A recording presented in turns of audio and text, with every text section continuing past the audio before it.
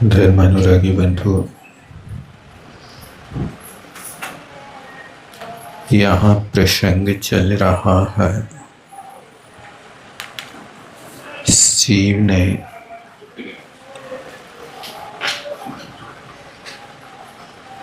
अपना अतीत काल किस अवस्था में व्यतीत किया,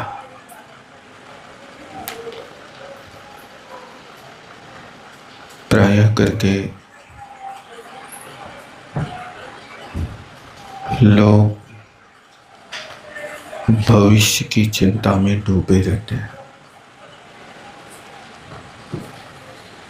और भविष्य की चिंता करने वाले लोग अपना वर्तमान दुखी कर लेता है। वर्तमान के आनंद का अनुभव नहीं ले पाता है।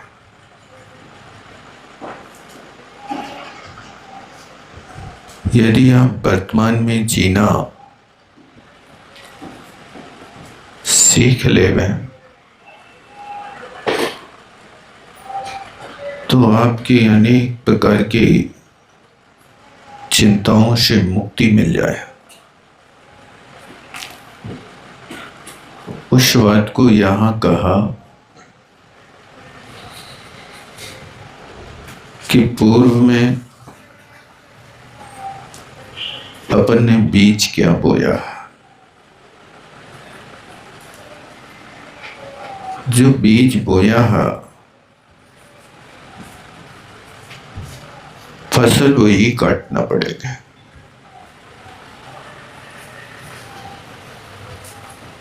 बबूल को बोकर के कोई आम को नहीं पा सकता।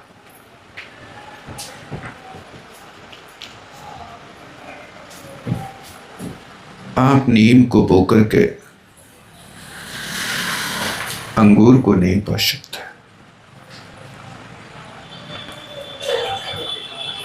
पूर्व में आपने कैसे परिणाम किए,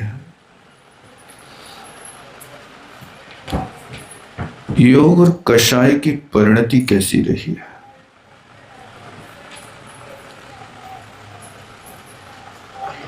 यदि तीव्र योग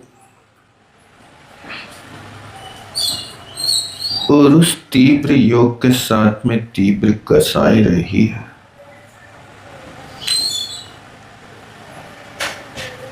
तो ये पक्का है कि आपने कर्म अशुभ बांधे।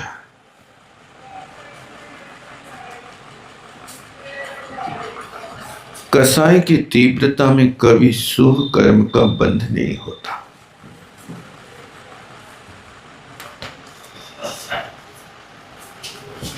अब कषाय कितनी तीव्र की है,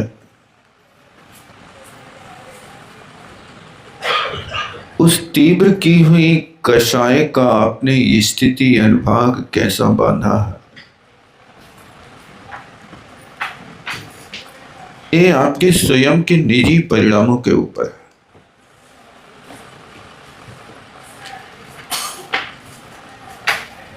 उद्वेग में कषाय कर ली,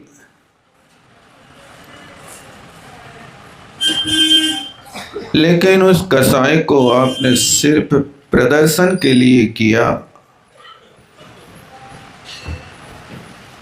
ज्यादा लंबे समय के लिए उसका संस्कार नहीं पड़ा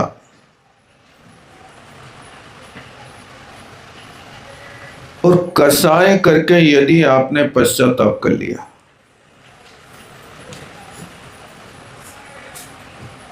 तो पश्चाताप करने से उस कर्म की स्थिति 25% कम हो जाती है।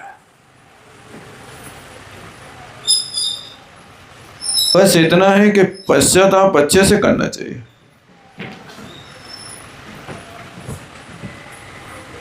जैसे आप व्यापार के लिए जाते हैं,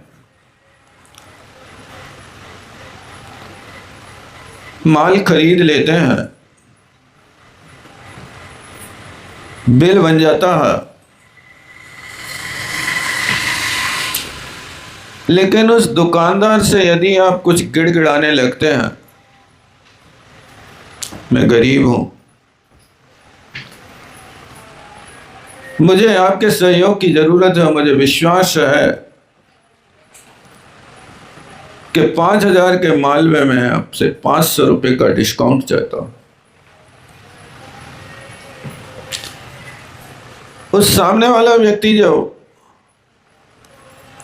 अपनी परिस्थिति रखता है, तो दुकानदार के भी भाव हो जाते हैं, चलो बेचारा कह रहा है तो ये इतना कम कर दो इसके लिए। ये तो आप रोज इस परिस्थिति का सामना करते हैं ना, और रोज नहीं, हर ग्राहक से करना पड़ता होगा ना। आपके मुख से निकली हुई जवान और ग्राहक पूरे दे दे दाम, तो ये चमत्कार समझना, ऐसा होता नहीं। तो जैसे वहां पर एक लोक व्यवहार में भी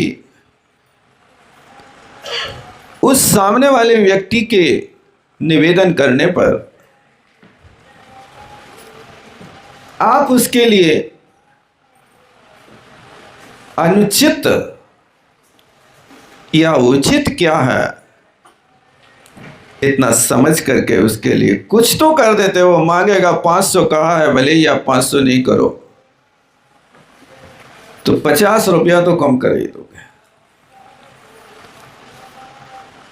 कहने का मतलब है कि बिल बनने के बाद आपने उस परिस्थिति में कुछ मांगा तो मिल गया। इसी तरह आपने यदि कसाई की तीव्रता से उत्कृष्ट स्थिति वाला कर्म का बंद कर लिया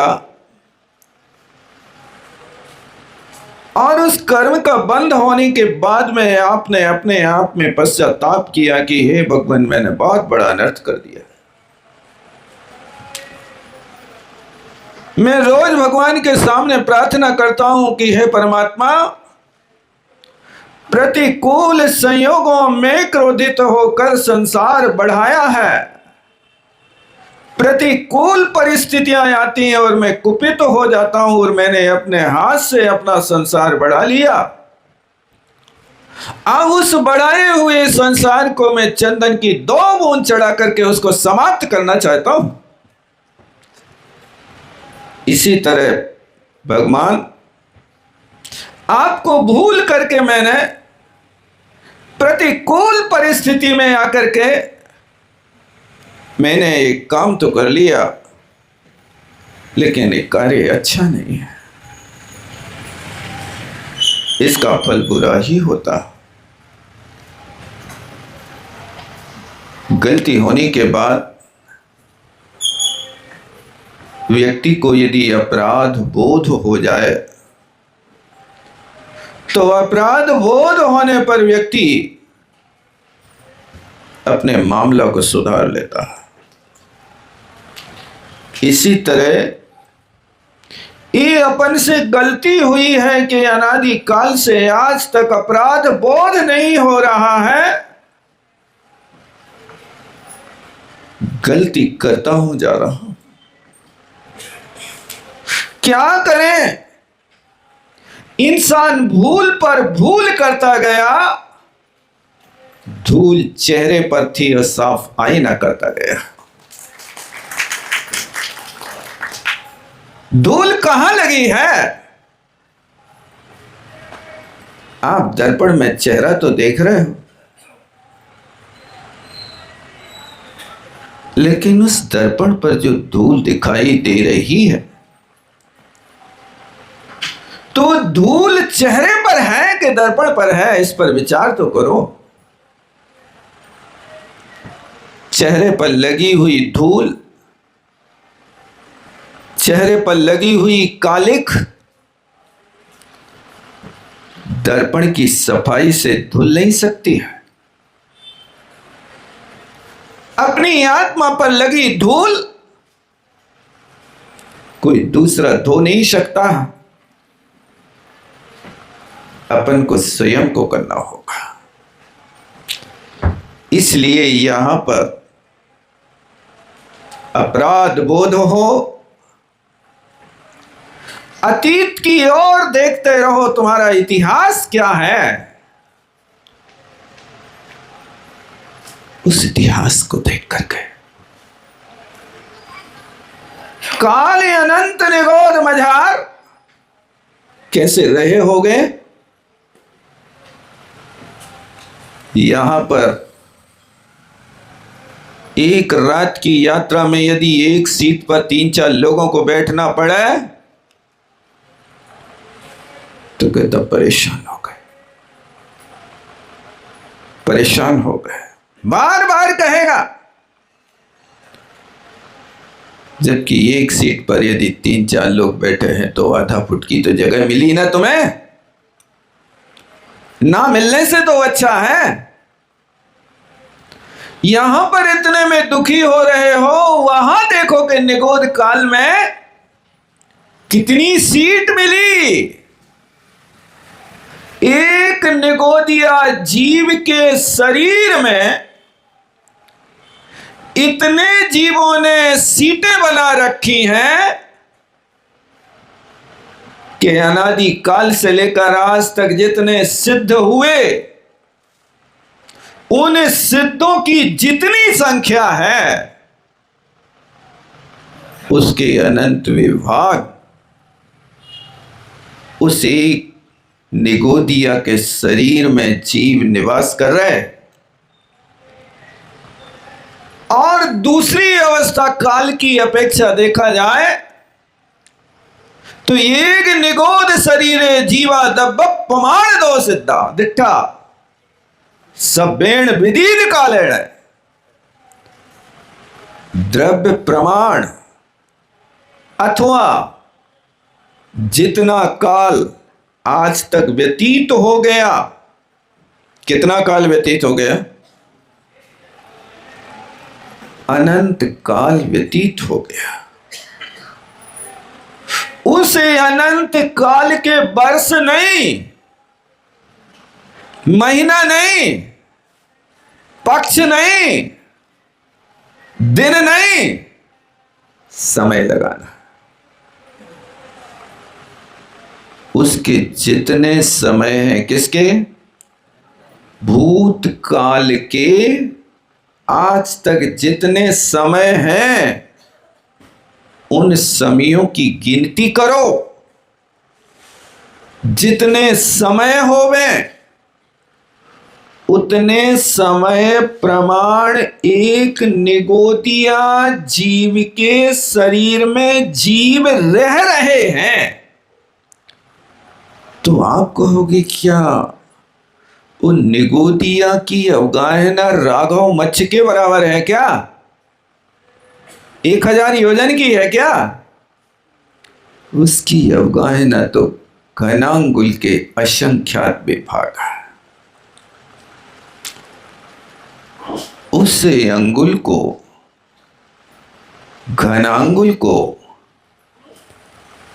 तोड़ करके असंख्यात टुकड़े करो, जितना टुकड़ा बने एक, उतने टुकड़े के बराबर एक निगोदिया जीव का शरीर है।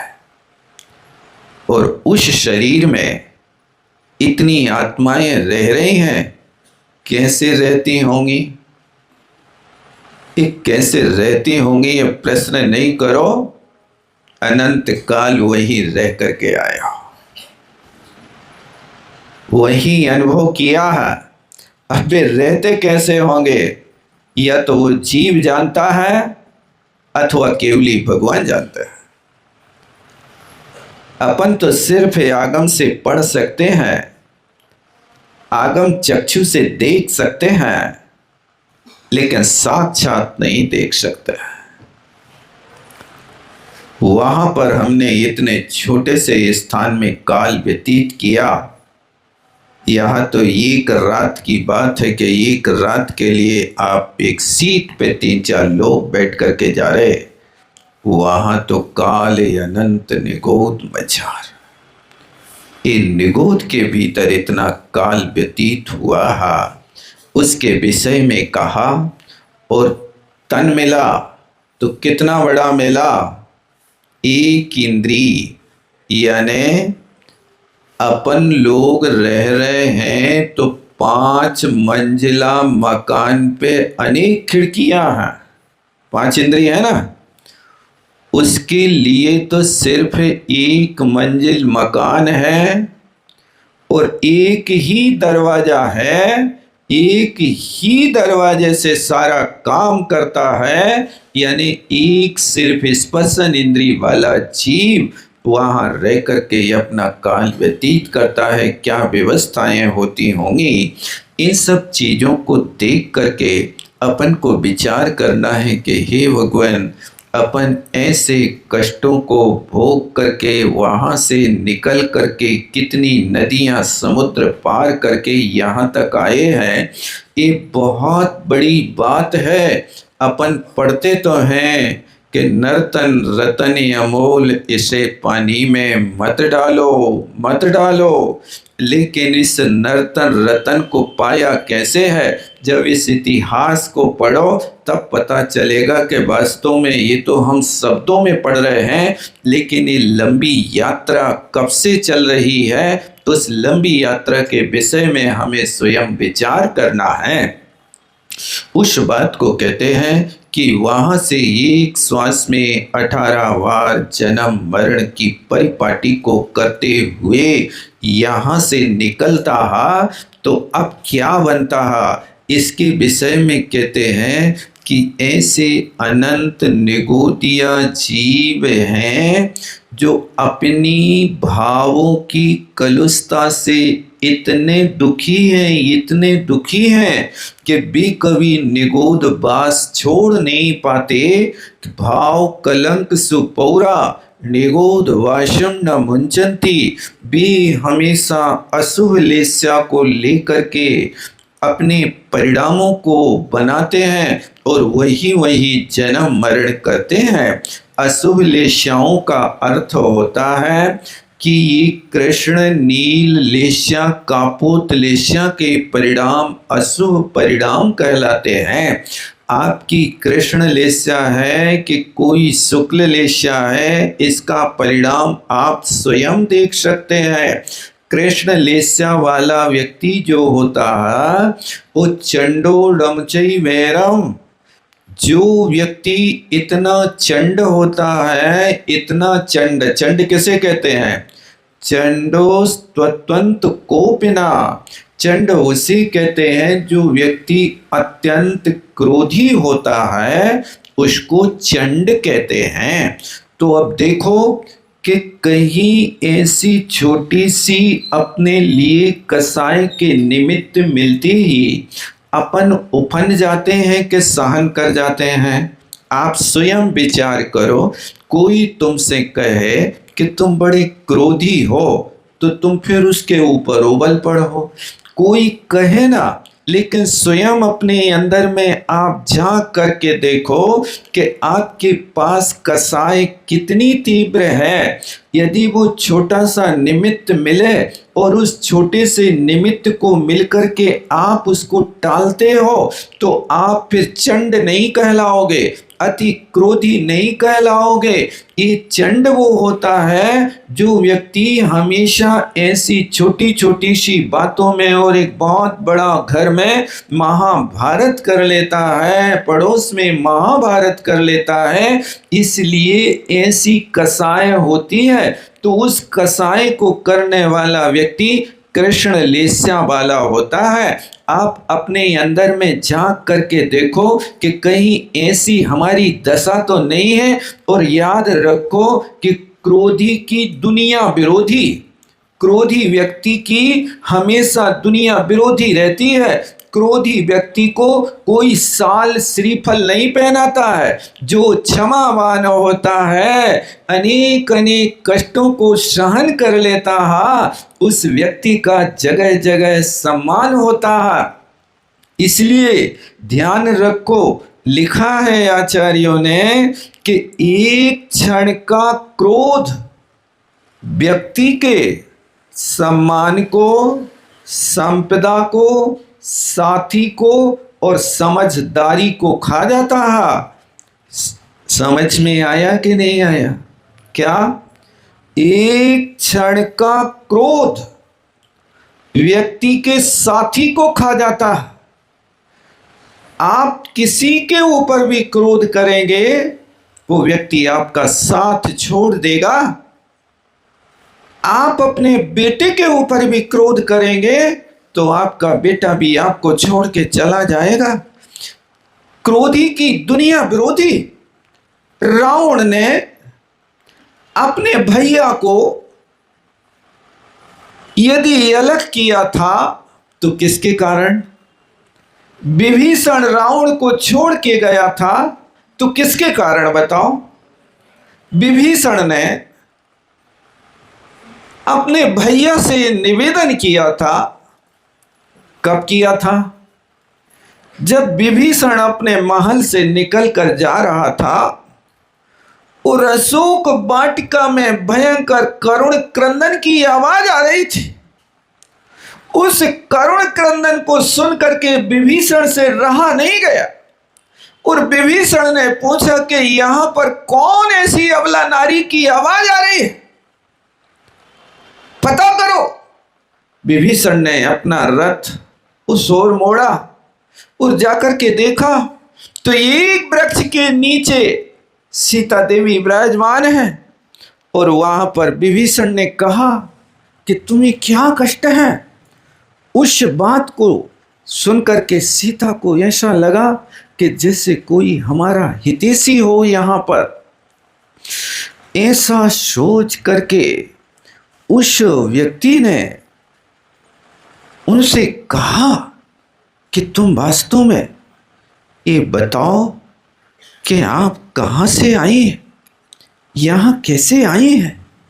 ऐसा जब आपने सुना तो सीता ने अपनी सारी कहानी विभीषण को सुना दी। और विभीषण को सुना करके, जब ये भाई मोबाइल देख रहा कि माइक चला रहा, क्या कर रहा?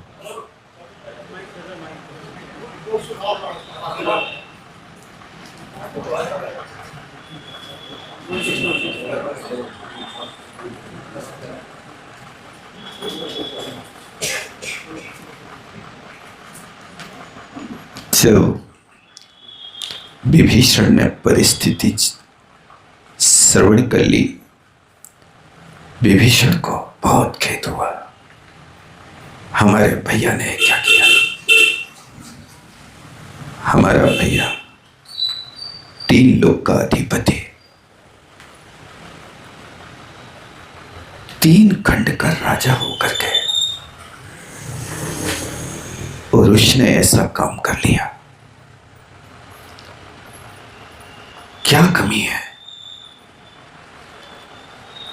जिस व्यक्ति के पास इतना बड़ा वैभव, जिस व्यक्ति ने अपने पुण्य के सामने एक इतिहास रच दिया हो, एक दशानन जैसे अर्ध चक्रवर्ती व्यक्ति ने, अर्ध चक्री के लिए तो 16,000 रानियां होती हैं, इसने तो 18,000 का इतिहास बना लिया। फिर भी एक भूमि गुजरी की नारी को लेकर के आया। भैया ने अच्छा नहीं किया। वहां पर सीता देवी को समझाता है, कहता है तुम्हें अभी राम से मिलाया जाएगा, तुम चिंता मत करो, रुदन बंद करो। तब सीता ने कहा कि जब तक राम का संदेश नहीं आएगा तब तक मेरे आंसू नहीं रुक सकता है, तब तक मेरे मुख में अन्न का ग्रास नहीं जा सकता है। बहुत सारी बातें करी और विभीषण का मन उद्वेलित हो गया और रावण के पास जाकर के विभीषण समझाता है, भैया ये उचित काम नहीं है। विभीषण ने समझाया तो, लेकिन समझाने पर कुछ भी समझ में नहीं आया। ये नीति है, उपदेशो ही मूर्खाणाम प्रकोपायेन शांतये पयः पानम विषभुजंगानाम केवलम विश्वर्धनम। तीव्र क्रोध के काल में यदि किसी को उपदेश देते हो तो वो उपदेश काम में नहीं आता। उस उपदेश को सुनकर के वो व्यक्ति को क्रोध ही बढ़ता है। दृष्टांत देते हैं कि जैसे विष भुजंगाना, ऐसे भुजंग विषैले भुजंग को यदि कोई गुड़ से मिले हुए दूध को पिलाता है तो भी वो सांप विष ही उगलता है, वो कभी अमृत नहीं उगल सकता। इसी तरह क्रोधी व्यक्ति के सामने तुम अमृत की वाणी का सिंचन करो तो भी वो जहर ही उगलेगा। इसलिए उपदेश देना तो अवसर देख करके देना। विभीषण ने बहुत समझाया, रावण को कुछ भी समझ में नहीं आया। अंत में रावण ने कह दिया, मुझे समझाने की जरूरत नहीं, मैं सब जानता हूं, आप जाओ अपना काम करो। ऐसा उनके लिए धमका करके भगा दिया। लेकिन सीता के वो करुण क्रंदन बार बार कानों में गूंज रहा था। इस बार भी निकला तो वही रुदन था। इस बार विभीषण ने रावण के पास जाकर के कहा, हे दशानन, जो थी सीता से ही प्रीत तो लाया क्यों न स्वयंवर जीत, यही थी क्षत्रियपन की रीत, कुल को दाग लगाने वाले। जब इस फटकार को लगाया विभीषण ने तो उसका दिल कांप गया और तलवार निकाल करके कहता है, विभीषण मैं तेरी गर्दन इसी वक्त तलक करता हूं। अब आज विभीषण ने निर्णय कर लिया, अब भैया समझने वाला नहीं है। जब तक ये हृदय में वासना का सांप इसके पास बैठा रहेगा तब तक ये हमारी बात को नहीं सुनेगा। और ये काम क्रोध आदि के भाव व्यक्ति के लिए सब कुछ सोचने से बाधित कर देता है। और उसने क्रोधित होकर के विभीषण को घर से निकाल दिया। एक क्षण के क्रोध ने अपने साथी को खो दिया, जबकि देखा जाए तो सारी दुनिया में सबसे ज्यादा हित चिंतक था तो रावण का विभीषण था। विभीषण ने रावण के लिए वो काम किए हैं, आप पद्म पुराण खोल करके देखोगे तो पता चल जाए। जब विभीषण को पता लगा कि मेरे भाई की मौत इन व्यक्तियों के द्वारा है तो विभीषण ने तत्काल निर्णय लिया था, कन रहेगा बांस न बजेगी बांसुरी, उस परिवार को इसी वक्त समाप्त कर दो। लेकिन मेरा भैया युगों युगों तक जीवित रहे, ऐसा सोच करके एक धर्मात्मा के परिवार को इसने समाप्त करने का बीड़ा उठाया था। लेकिन उसी व्यक्ति ने आज दशानन के मारने का बीड़ा उठाया है। क्यों? एक क्षण के क्रोध ने अपने साथी को दुश्मन बना लिया। एक बात तो इतिहास में आप जानते हो, पता है कि उस क्रोध के कारण सगा भैया राम की सेना में जाके मिल गया और सबसे ज्यादा अहम भूमिका रही तो किसकी रही? विभीषण की रही। इसी तरह यहां पर भी ये क्षण के क्रोध के कारण साथी चला गया। कहीं आपके क्रोध के कारण आपके साथी आपसे तो नहीं बिखर रहे? कभी विचार किया कि नहीं किया? आपके उस एक क्षण के क्रोध के कारण कहीं आपकी पत्नी आपके प्रति आपका प्रेम तो समाप्त नहीं कर रही? कहीं आपके एक क्षण के क्रोध के कारण कहीं आपके बेटे ये तो नहीं कह रहे कि मेरे पिता से मुझे कब छुटकारा मिलेगा? इन पर आप ठंडे दिमाग से विचार करो। यदि आप एक क्षण का क्रोध करते हैं तो आपके साथी आपका साथ नहीं निभाएंगे, आप दुनिया में अकेले रह जाएंगे। कई लोग कहते हैं अहंकार बस मुझे तुम्हारी जरूरत नहीं है। भैया इस समझदारी से नहीं बोल रहे, ना समझी से बोल रहे हो। बिना दूसरे के काम चलता नहीं। बस जब स्वार्थ सिद्ध आपका नहीं होता तो आप ऐसे कटु शब्दों को बोल करके दुनिया में इस प्रकार के परिणाम बना लेते हो। इसलिए उस क्रोध रूपी जहर को पीने की कोशिश मत करो। आप यदि सुखी रहना चाहते हो तो बस इतना करो, अपनों के करीब रहना है तो मौन रहो, और अपनों को करीब रखना है तो दिल में बात ना रखो। याद रहेगा क्या? अपनों के करीब रहना है तो मौन रहो, और अपनों को करीब रखना है तो बात दिल में ना रखो। बहुत सुखी हो गए, बहुत सुखी हो गए। आपको अपनों के करीब रहना है तो आपको देखी को अनदेखी करना होगा, आपको मौन रहना होगा।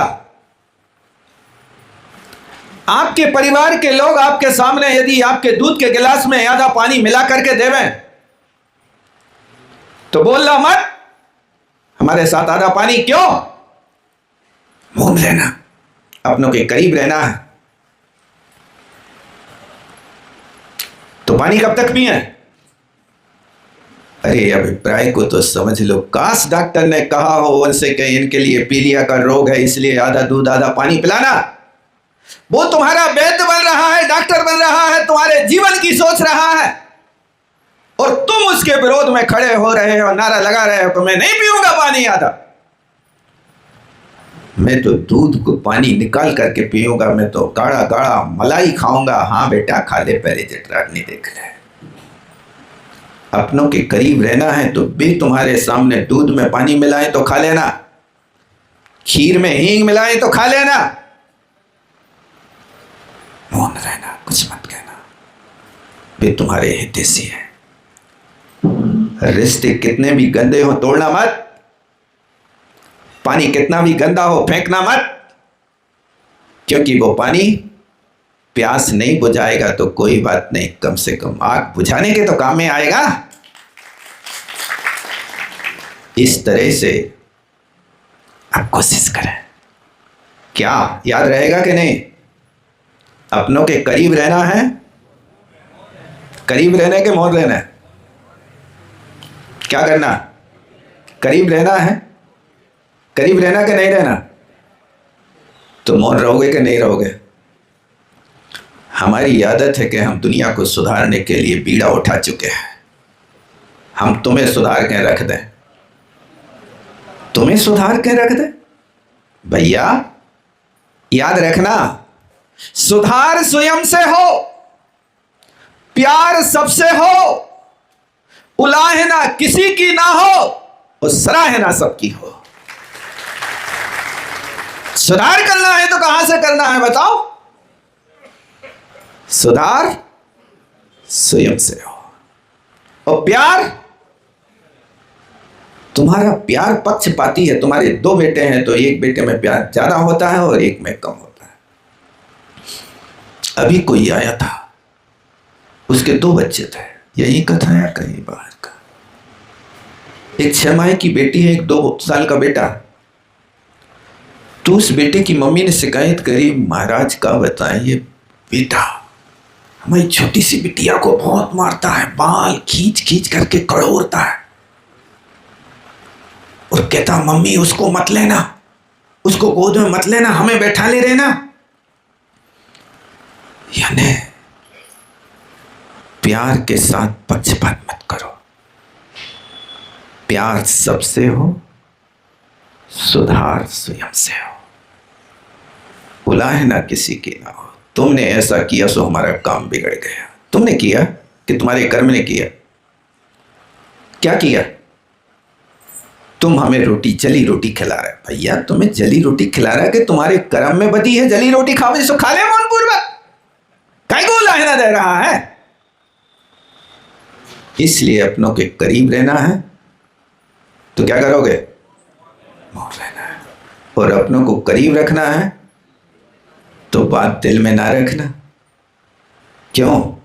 बात दिल में होती है तो दीवारें खड़ी होने लगती हैं, और बात दिल से निकल जाती है तो मुनि मन निर्मल जैसो है गंगा को जल। ऐसे निर्मल मन को बनाओ। आप रोज पढ़ते हो भगवान के सामने, मुनि मन जैसो निर्मल ला करके नीर पखारो, ऐसा पढ़ते ना 24 मुनि सम निर्मल नीर। हे भगवान, ऐसे ला करके नीर को आपके सामने चढ़ा रहा हूं, समय हो रहा है। बोलो बच्चे गुरु विद्यासागर जावाणी के ज्ञान शेषु छे लोकालो, सोवाणी मस्तक धरु शरा देत हूँ। हे जिनवाणी भारती तो जपोद रहे, जो तेरो शरणा गए सो पावे सच्चे। देव भजो हंत को गुरु सेवो निर्ग्रंथ,